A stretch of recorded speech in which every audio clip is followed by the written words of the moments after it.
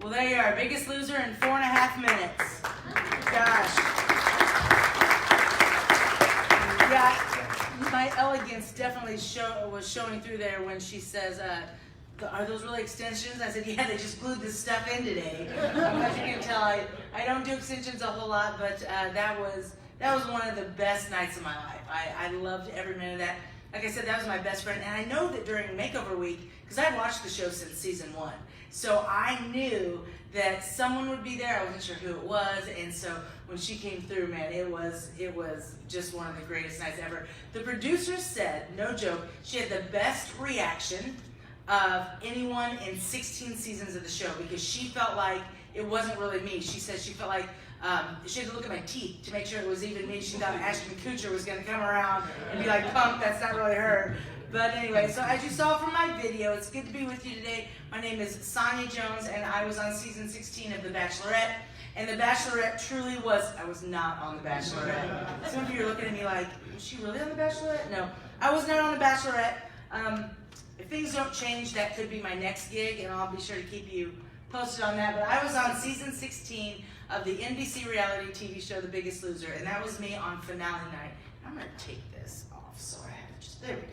That feels a little better to me. The Biggest Loser, it was the greatest experience of my life.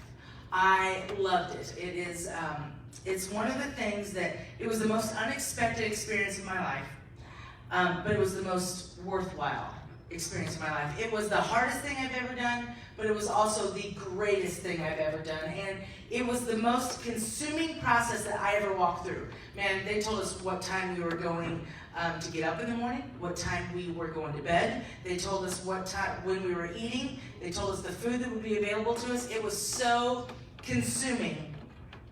But yet it was also the most freeing thing I've ever done, because what I learned through that process is that true health and wellness and total wellness is about body, mind, and spirit. And my tagline for the show, really, and I say this everywhere I go, is that as I was shrinking physically, and 5 million people got to see me do that every week, as I was shrinking physically, I was growing emotionally and mentally and spiritually, and for me, that's where the real win came in. So it was just a tremendous experience, and so again, it is an honor to be here. I do have to say, this is the first time I've ever come to do a keynote, and they announced me, and like 3/4 of the room actually left. So I'm going to need counseling after this. I'm just kidding. But it is really good to be with you. I've had the opportunity to sit and listen to some of your speakers before, and wow, what a tremendous organization that you are a part of. What a tremendous organization that you have the opportunity to co-labor with. And that's why, man, I love coming to stuff like this and sharing my heart and empowering, hopefully, you to become the best version of you that you can be, so that you can accomplish the goals within your community, within your state, within this nation, and the world that you really want to do. So before I get into that, I have a question. How many of you would you raise your hand if you ever heard of The Biggest Loser? Would you? Oh, thank goodness. Oh, that's good. Have any of you, would you say, okay, I've watched at least one season? Or one episode. We'll say one episode. Okay, good. Still amongst friends here. Did any of you happen to watch my season? Ah, there's a few of you. Awesome. Well, security will be around to escort the rest of you out here shortly. But I loved my tenure on the show. I've said that before. I tell people all the time, I would leave today and go do it all over again. And right after this, I know that we're on a time frame. I've got until like 3:30 or 3:45, but I'll give my talk. I'll answer any questions you have. And then afterwards, I did, for those of you who care, I just came out with my new book. It's called 44 Lessons from a Loser, Navigating Life Through Laughter, Prayer, and the Occasional Throat Punch. And the reason why I titled that is because we all need to laugh, we all need to pray, and I think we can all agree that there are certain people in our life that would benefit from the occasional throat punch, right? Right? Yeah. I see that hand. Right. So so I'll be in the back after this too. But I want to be very clear with you about what today is and what today is not. Today is not about, it's not a lecture on diet and health and exercise. I'll touch a little bit on that, but it's not about health, diet, and exercise. We will start our 5K right after this, so I hope you have the right shoes on. Today is also, it's not about Sonja Jones. I'm not up here trying to toot my own horn, and it's not about the Biggest Loser. It's not about that at all. Here's what today is about. It's about you. It's about each and every one of you. It's about sharing with you parts of a journey that meant the world to me. It's also about taking time to invest in you, because what I know about this organization and the people involved in it is that you do so much to invest in the lives of others. And that's a really big deal. We need more of that. We need more of you in our communities. That's a fabulous thing. You know, I was on your website a while back looking at it, because I try to do a little bit of looking before I come to each thing. And what I love is what it says that you're dedicated to being a community of change makers. Wow. That's a big task. But what an amazing aspiration to have. You know, you're passionate about personal growth, about leadership. I love that. And so what I want to do is talk to you a little bit today about you, because when we get oftentimes passionate about other things within our lives and within our communities and things that are going on, that is wonderful. But I have to tell you, if you're not taking care of you, it's all for naught. Because the bottom line is, you cannot take care of all of the other irons in the fire that you have going unless you make yourself a priority. Culture's a big deal. It's a big thing. But the most important piece of culture, whether it's in a community or in a workplace, is what you bring to it. All right? We can spend thousands and thousands of dollars on bringing in the top culture experts in the world, but unless you as an individual buy into it, there's no reason. So what I want to do is spend some time and talk to you and make sure that you are taking as good of care of yourself as you want to take care of the others in your community, because it is equally as important. Because here's the thing. I know that we're all different types of people in this room. And even as it relates to health and wellness, there are those who would say, you know what, I hate the gym. I hate to work out. I don't want to sweat. I don't want to go to a gym. I don't want to sweat unless, you know, there's a rabid dog chasing me and I have to run. There are a lot of people that don't like that. And then there are others who love going to the gym. There are those who would say, you know what, I don't have to count, or I count every calorie. I put it in my MyFitnessPal, I count the macros, I count the carbs, I count whatever. And then there are those that would say, I don't count anything, and I never gain a pound. And I can't stand those people. But that's not true. It's not that I don't like you, I just don't prefer to hang out with you as much. But while we are all different and have different interests and different things that we desire in our lives, there's one thing I believe that we all have in common, and it's this. We have a desire to be better, period. We have a desire to improve ourselves, to improve our communities. We have a desire to improve, and no one woke up this morning and thought, you know what, I cannot wait to be complacent for the next 6 months of my life. No one thought that. So what I want to do today is I want to just pay forward some of the lessons that I learned while I was on The Biggest Loser. You know, a lot of people don't know this, but for my season alone, 88,000 people applied to be on my season of The Biggest Loser. 88,000, that's me on my casting call day. The very first day, 88,000 people applied for my season, and 20 of us made it. Over the course of now 17 seasons, there have been millions and millions and millions of people apply. Only 336 have ever gotten to call that place home. So what I understand is what I've been given is an opportunity. It's a blessing. It's something that I could have never anticipated. And so what I want to do is I want to be able to pay those lessons forward to anyone that will listen. You know, not everyone can go to The Biggest Loser Ranch. Statistics prove that. I just told you that. 20 of us made it, 88,000 people applied. Not everyone can go, and honestly, not everyone who could go would want to. It was the hardest thing I've ever done in my life. We worked out 6 to 8 hours every single day without fail. 6 to 8 hours. My average calorie burn, for those of you who track calorie burn, was between 5,000 and 7,000 calories every single day. Now, right? I'm with you. Now, they tell you to get X amount of steps. How many steps are you supposed to get every day? 10,000. 10,000, that's right.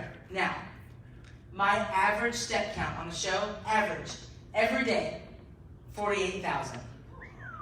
my highest step count day was 69,000. So we worked out in time. So not everybody can go to the ranch, and everybody who could would not want to.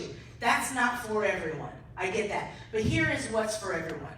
What is for everyone is a sense of pride. It's a sense of accomplishment. It's a sense of being able to set a goal, to go hard after it and crush it just to set a new one. It's the ability to be able to stand at the base of a mountain and look at it and say, I can move you and I will. And that's what The Biggest Loser gave me. And that's what I want to give to you today. You know, I've heard so much about you guys talking about your organization and how numbers are dwindling and things like that. And what I want to do today is just help you go after that goal that you're setting to get more people involved in an organization that is being a game changer in the lives of others. Because here's the deal. The reason why I'm here today is because I want to be a game changer in your life. That's why I'm here. I am not here to sell 1,000 books. I'm not here because they're paying me $5,000 to be here. I am here today because I want to be a game changer in your life, but it can't stop there. I want you to, in turn, be a game changer in the lives of other people in their journey. Because that's what makes this world go round. Here, I love this quote. It says, the journey of 1,000 miles begins with what? A single step. That's right. And the bottom picture, the miracle isn't that I finished. It's that I had the courage to even start. Man, isn't that the truth? Sometimes we get so fearful of whether or not we're going to take that first step. And I'm here today to encourage you in whatever you are considering, thinking about, whether it's a new relationship, a new career, a new opportunity. I don't know. Don't let fear dictate your future. Don't let fear dictate whether or not you take that first step, because what I've found is that oftentimes when you take that first step, man, that back foot will often follow. I think about this picture. I think about how I almost talked myself out of being able to use this clicker. Can you advance that for me? I think my clicker just died.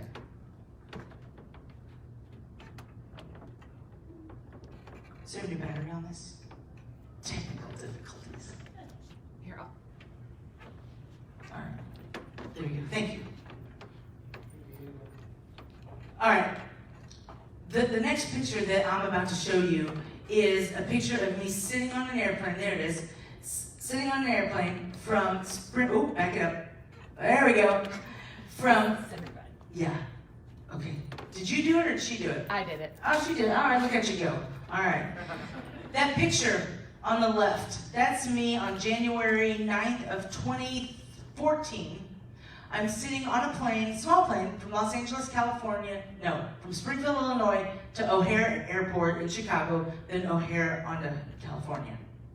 Well, I'm sitting in that seat at 283 pounds with a seatbelt extender on, a tray table that won't go down in front of me, hating the very person that I was.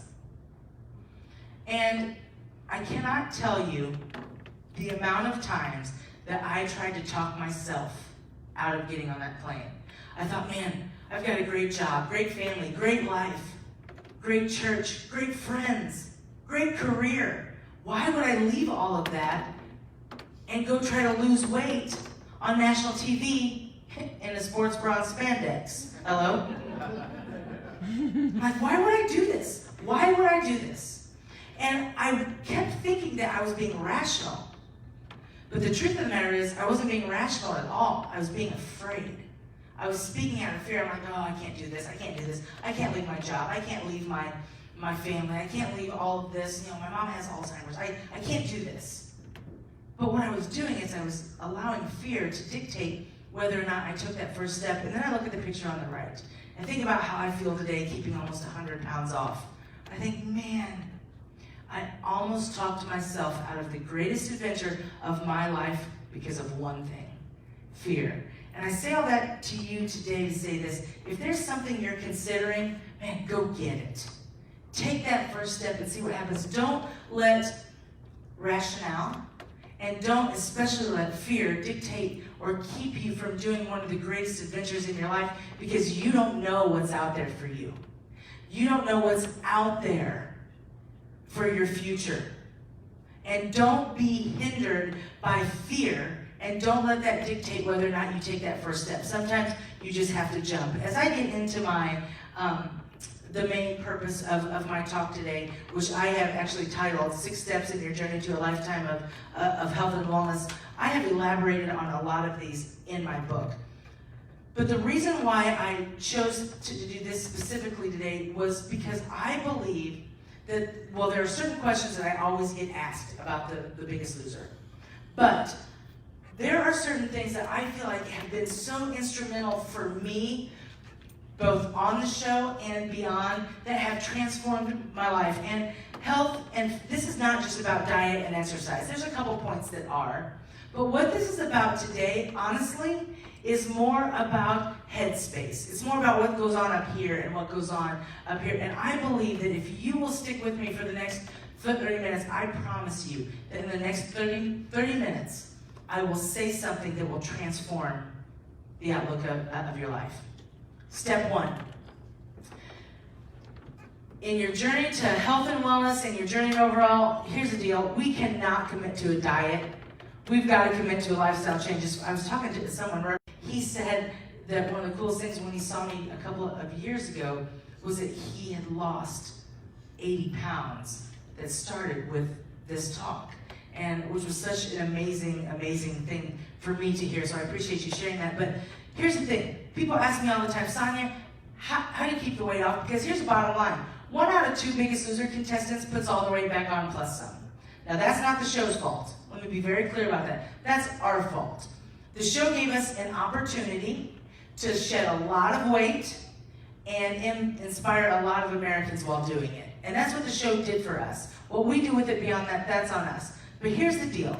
I know it sounds very cliche for me to come up here and say to you, you can't commit to a diet, you have to commit to a lifestyle change. But I have been on every diet known to man prior to The Biggest Loser. I was on, I'll tell you, I've been overweight my entire life. My entire life. I remember when I was in 7th grade at Litchfield Middle School. I was standing, I came up to the cafeteria, and it was Square Pizza Day. Y'all know what Square Pizza Day is? Oh, yes, I see that hand. Man, that, I don't know what it is about Square Pizza Day, that flimsy little white crust and those imitation pepperoni bits, and why in the world they serve it with corn and peaches is beyond me. But anyway, I digress. So it's Square Pizza Day. I'm in 7th grade. I have not 1 but 2 pieces of square pizza because, again, that stuff will set you free. So I go to my seat and I sit down. And there's this little boy. I say a little boy. He was in 8th grade. I was in 7th. I thought he was really cute. He was athletic. He was blonde. And he walks up to me and he says, "Hey, Sonja." And I looked up. I said, "Yeah." He goes, "Hey, you're fat." And in that moment, in 7th grade, I did what every delicate little junior high girl would do. I stood up, I punched him dead in the face, and I walked away. Y'all are violent too, huh? Okay, all right. I mean, I punched him dead in the face, and I walked away. And I acted like those words that he spoke to me, I laughed it off. You know, it's funny. Oh, everybody heard what he said. I acted like those words didn't bother me at all. But the truth of the matter is, those words and the power that I gave those words impacted my life more than I even care to admit to you today. And the very next day, as a 7th grader at Litchfield Middle School in Litchfield, Illinois, I started my first diet. And that diet was Nutrisystem. From that point forward, I'd been on Nutrisystem. I'd been on Jenny Craig, I had been on Weight Watchers, I had been on HMR, I did low cal, low carb, low fat, I did South Beach, and then I would do Atkins, but I'm not that bright, so I would do this weird version of like South Atkins that never worked, because I couldn't get the fats right. Then I did, I did that horrible, awful cabbage soup diet. You know what I'm talking about? Oh my gosh, that lasted for 8 hours. I found myself head first in a Dairy Queen drive-thru, and I don't even know how that happened. Then I did this liquid diet where I lost 71 pounds. Yeah, and I gained 80. Right. So, girl, I did that one too. Sure did. Sure did. You name it, I did it. But here's the thing. That's why I say to you, you have to do something long-term that you can do for your entire lifetime. Hear me when I say this. There is no magic pill. There is no magic shake. There is no magic potion that can help you maintain a healthy lifestyle forever. There isn't. It is one thing. And they're probably going to want me to write a book on this too. You ready? Here it is. It's diet and exercise. And 3 of you just rolled your eyes at me, and that's okay. I get it. But that is it. You got to take in less, and you have to move more. Do something that you can do for a lifetime. Step number 2. Getting healthy and maintaining your health goes far beyond weight loss. I love this picture. There's a lady up there in her skivvies at her doctor's office, and the doctor says, hey, you put on a little weight since, and she's like, oh, wait a minute, and she's cutting off her hair because every ounce counts. Been there, done that. Well, here's the thing. We have to get to a point, and I say this at every talk that I do about health and wellness, and I also do it in every single school assembly that I do, because here's the bottom line. Our kids need to hear this. We need to hear that our worth and our value cannot be tied to a $30 appliance that I can buy at Walmart. Our worth and our value cannot be determined by a scale that I can buy at Walmart. It's not fair. Your worth and your value, it's what's in here. It's what's in here. It's the way you love people. It's the way you are loved. It's your passion for others, your compassion for others. But man, we get so jacked up in thinking that I'm a better person if I lose 5 pounds. Or I'm a worse person because I gained 5 pounds. It's not true. Now, I will be honest with you and tell you, it could definitely affect the way that you feel about you. But that scale, it does not determine your worth, and it doesn't determine your value. What we have to recognize is how much is inside of us. What we have to recognize is that our worth and our value is not determined by a number on a scale, but what we offer to people. What's offered us, our love, our passion, our compassion. Remember, getting healthy is body, mind, and spirit. It's not just weight loss. Step 3, man, if we can get this one, I'm going to tell you, it'll rock your world. It'll change your life. It will absolutely, beyond a shadow of a doubt, transform your life. If you have a smartphone, please write this down. Attitude by Charles Swindoll. I actually love this. I'm a coach. Man, I was an elementary PE teacher, track coach, softball coach. I've done 19 years of playbooks. This is in every playbook I've ever written. It's on my bathroom mirror. It's in my car.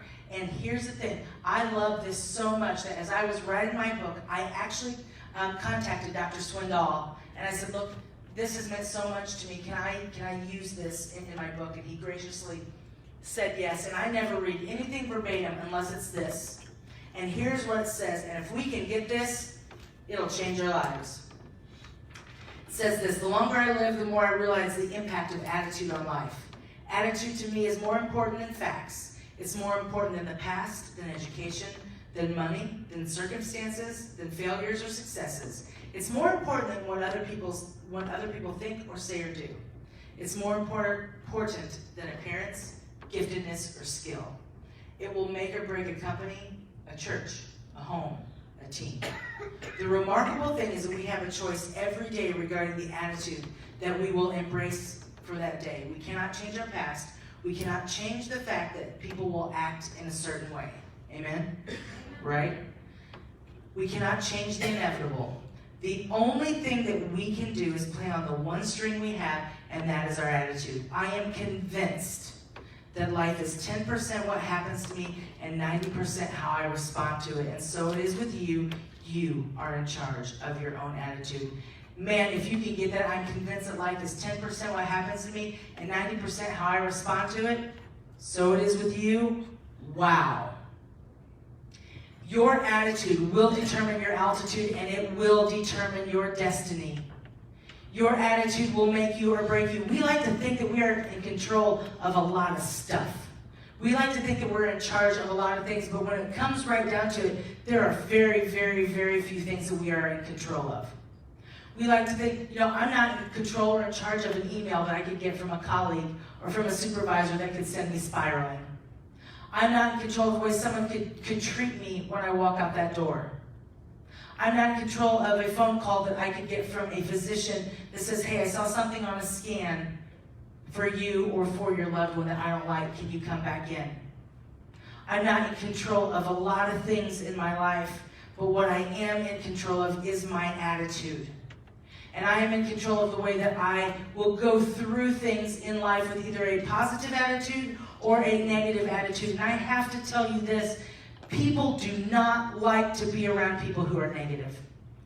People do not like, those people who, I'm not kidding you, if you gave them $100, they'd be mad at you that it wasn't $1,000. Man, those people drive me nuts. You won't find those here. Well, good. That's good. You won't find those here. That's good. How many hairs, let me ask you this question. How many hairs does it take to ruin a pot of chili? One. Yup, one. That's right. Don't be that hair. Don't be that hair. I heard a guy the other day say this. He said, you take happiness wherever you go. You either bring it as you're coming in a room or you leave it when you are leaving the room. You either make people happy whether you're coming or going, so you just as well have a good attitude. Our attitudes, man, it absolutely makes us and it defines us. Be that person that sees the glass as half full. Be the person that goes the extra mile. Your attitude, it absolutely will make you or it will break you. So make sure you consistently embrace a positive attitude. Step 4, it's all about the emphasis. It's all about the emphasis. That is my trainer from the show, Jen Wiederstrom. That phrase is, why not me? Jen was in her first season as a trainer. She replaced Jillian Michaels. Thank goodness. And, hope that was on. Anyway, that phrase, why not me? We are suffering that week in the island of Kauai. It was tough, but someone had to do it. It's episode 13 or 14, and you're going to have to stick with me a little bit on this. When I talk about it, it's all about the emphasis. My season, does anyone remember, my season was season 16, Biggest Loser. Does anybody remember the subtitle? Anyone? No? No one remembers? Glory Days. Oh. Anybody remember why it was called Glory Days? It was people who had been successful back in high school, middle school, etc. In what? In sports. In sports. You just won yourself a book. Come on up. Woo! Atta girl. You did watch it? Well, there you go. Well, I'm glad you get the book then. There you go. There you go. Enjoy it. All right. Season 16 was called Glory Days, and she's right. The reason why it was called Glory Days is because we were all athletes. Now, not just run-of-the-mill, normal athletes. On my season, Damian Woody, 2-time Super Bowl champion for the New England Patriots and the Jets. Scott Mitchell, who was a 12-year NFL quarterback. Damian Woody. Zena Garrison, who won a couple of Wimbledons and a couple of golds in tennis, because that's what Zena does.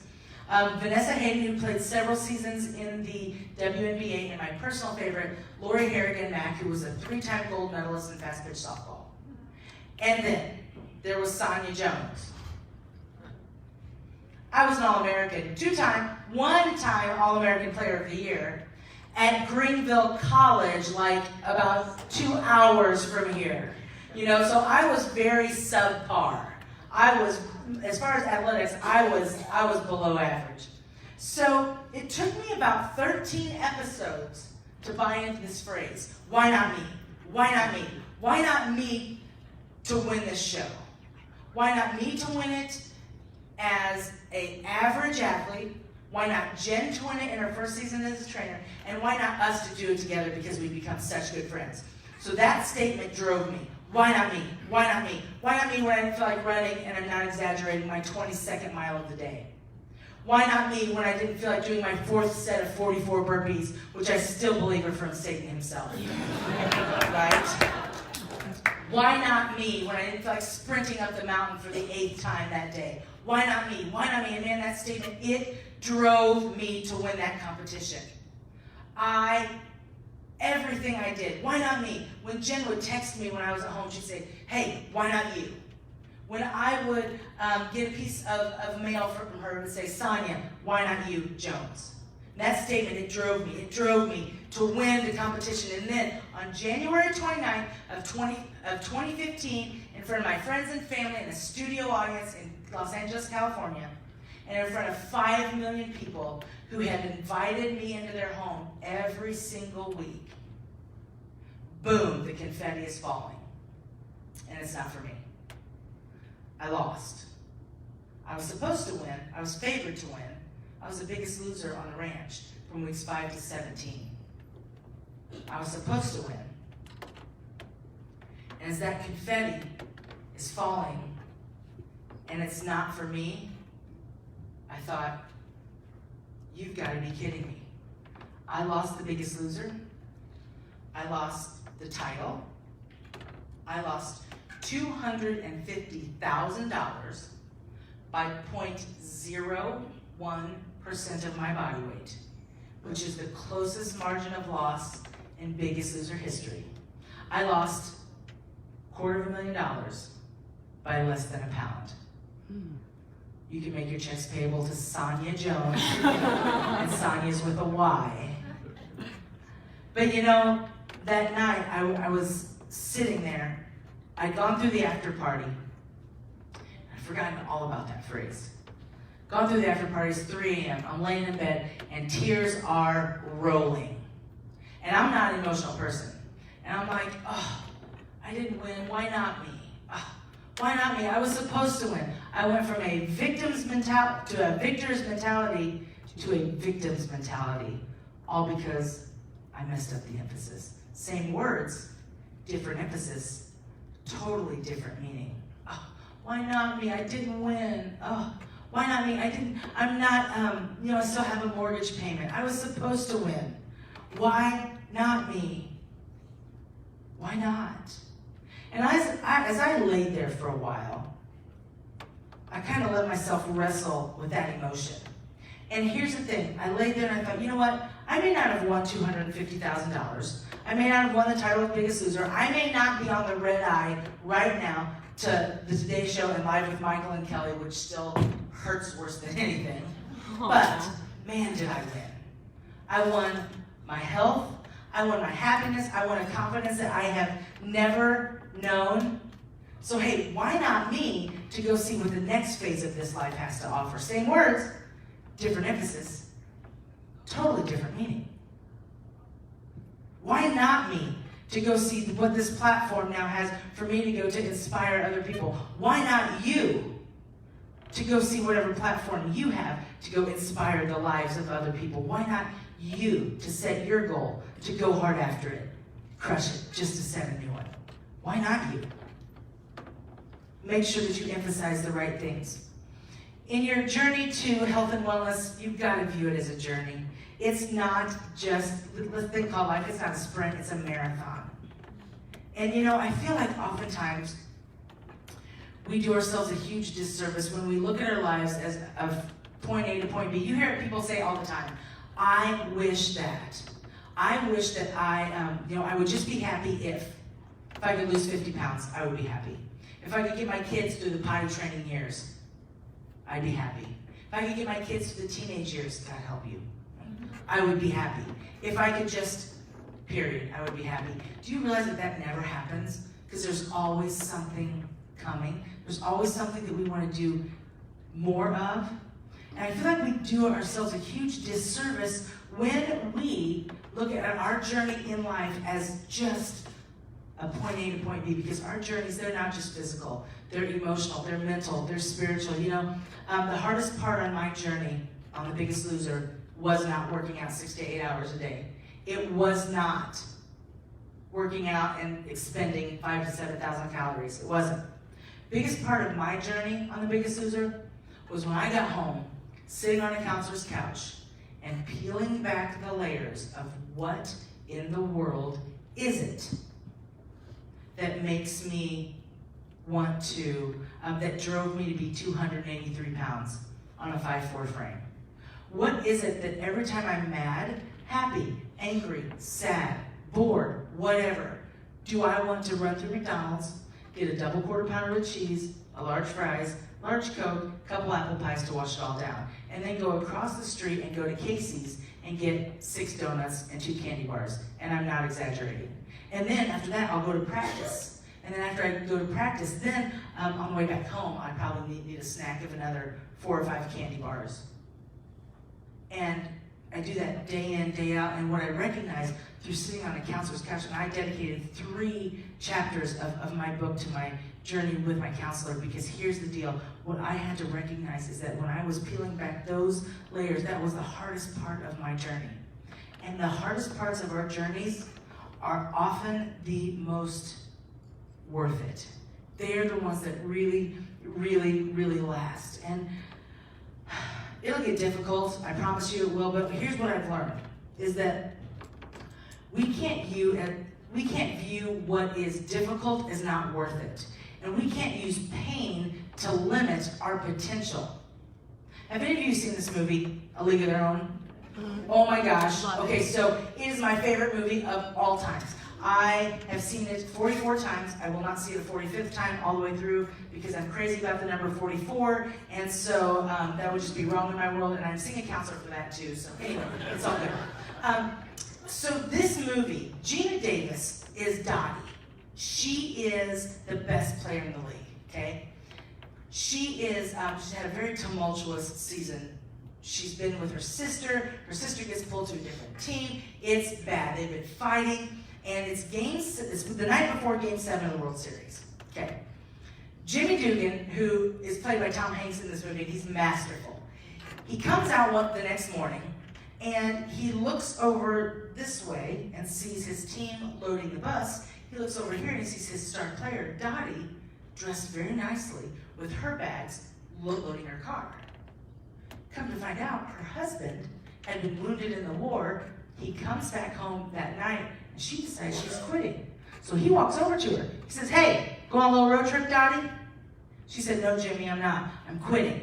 I'm giving up. I'm quitting. Bob got wounded in the war. He came home last night. We decided we're giving this all up, and we're going back to Oregon, and we're going to start a family." He looks at her and says, You're going to start a family? You're going to quit now? Before Game 7 of the World Series?" And she said, "Yep." He said, "Dottie, if you quit now, you're gonna regret this for the rest of your life." She says, "Jimmy, it just got too hard." He gets nose to nose with her.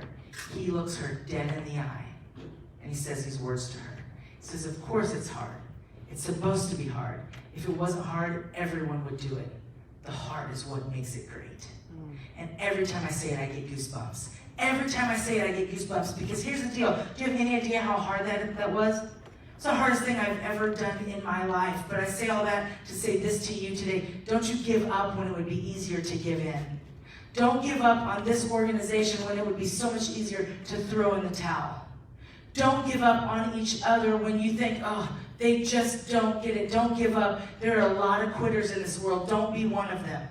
Your hopes, your dreams, the hopes and dreams you have for yourself and for your family, it matters. It matters so much. I'm here to inspire you today and ask you, make sure, don't give up when it would be easier to give in. You're worth more than that. Here's the thing. This thing called life is hard. I get it. It's hard, but what this world needs is people like you who will be part of an organization that is far beyond themselves. This is not self-serving. This is serving others. We need more of that, and it's going to get hard. It's going to get harder, but I'm here to ask you today, keep going. Don't give up when it would be easier for you to give in.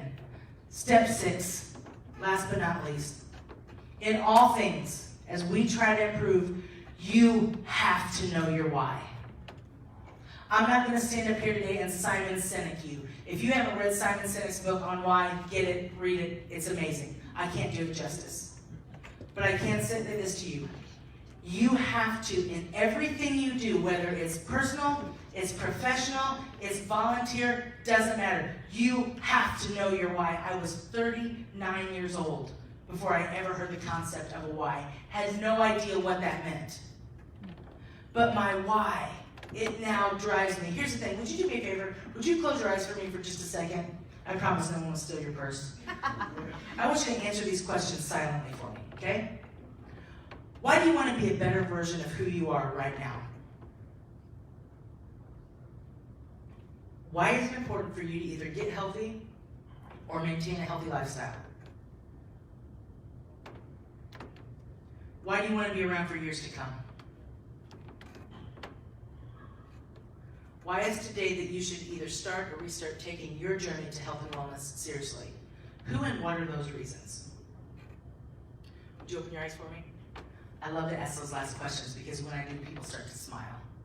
Because you start to think about the people that you want to be around for long term.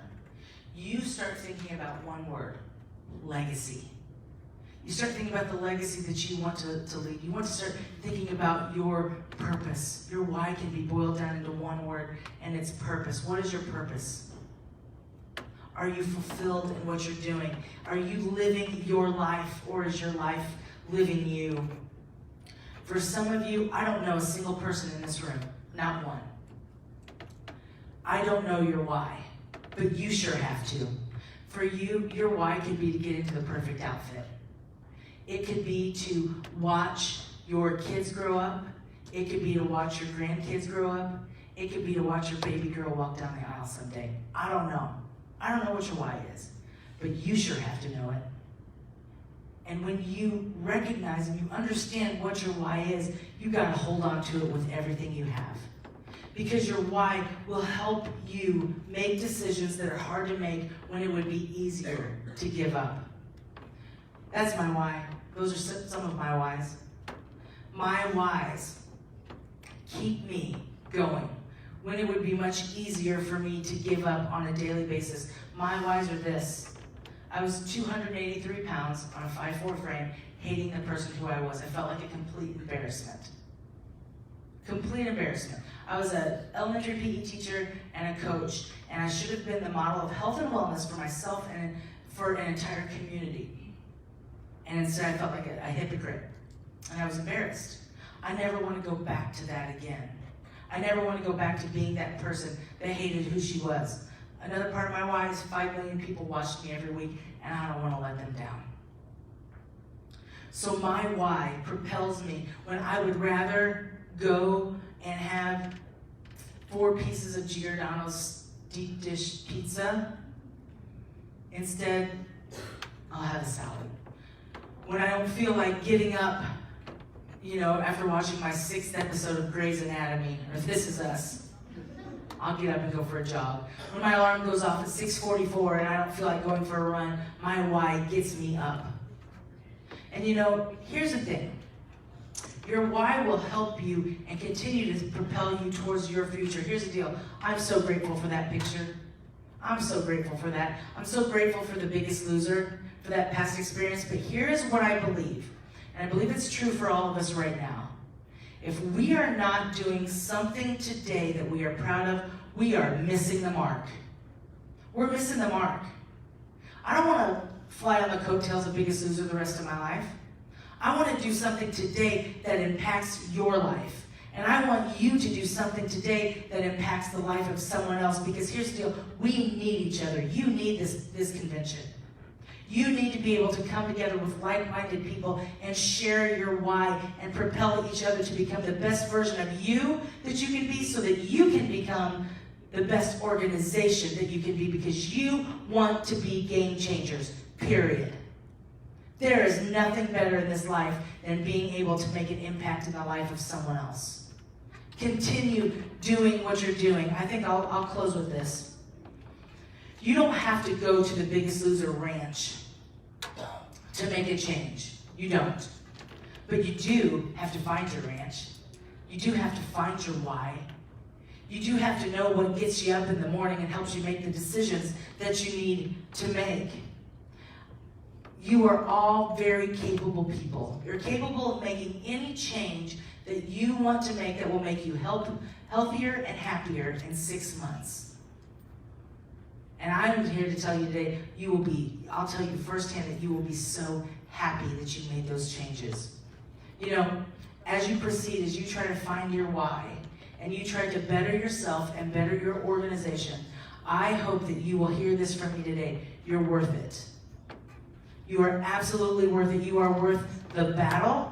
You are worth the fight. And you are worth every single reason behind your why. And I hope you go after it, you find it, and you hold on to it, and you never let it go for the betterment of yourself and your organization. God bless you. Thanks for listening.